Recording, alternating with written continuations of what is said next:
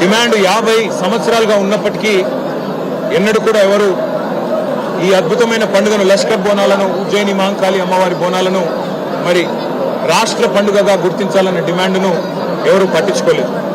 కానీ పెద్దలు కేసీఆర్ గారి నాయకత్వంలో ఆ రోజు మా తలసాని శ్రీనివాస్ యాదవ్ గారు, అదేవిధంగా మా హైదరాబాద్ నగరానికి సంబంధించిన శాసనసభ్యులు, అదేవిధంగా నాయకులు అందరూ కూడా వచ్చి ఇది తప్పకుండా మనం చేయాల్సిన పని అంటే కేసీఆర్ గారు చెప్పిన మాట ఒకటే, మనం తెలంగాణ సాధించిందే ఆ తల్లి ఆశీస్సులతో.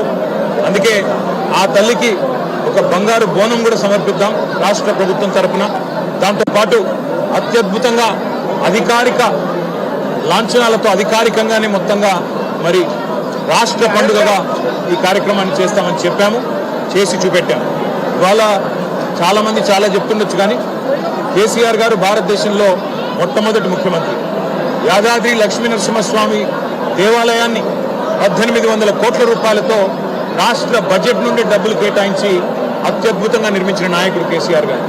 అట్లాగే హైదరాబాద్లోని ప్రతి గుడికి మా శ్రీనివాస్ యాదవ్ గారి నేతృత్వంలో ఆ రోజు రాష్ట్ర ప్రభుత్వం నుండి 25 కోట్ల రూపాయలు విడుదల చేసి ప్రతి గుడిలో ఉండే ప్రతి ఉత్సవ కమిటీకి, ప్రతి ఆలయ కమిటీకి డబ్బులు ఇచ్చి వారు ఎవరి దగ్గర చందా వసూలు చేసే అవసరం లేకుండా అద్భుతంగా ఆలయాల నిర్వహణ కానీ, పండుగల నిర్వహణ కానీ భక్తి ప్రపత్తులతో పూర్తి స్థాయి మరి ఒక దైవ సంకల్పంతో జరగాలన్న ప్రయత్నం చేసింది కేసీఆర్ గారు.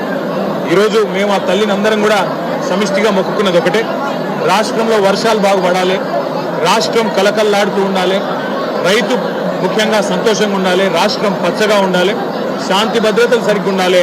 ఆ తల్లి ఆశీస్సులు తన పిల్లలందరికీ కూడా ఉండాలని మనస్ఫూర్తిగా కోరుకుంటూ మీ అందరికి కూడా ధన్యవాదాలు. మీ అందరికి కూడా తల్లి ఆశీస్సులు ఉండాలని కోరుకుంటున్నాను.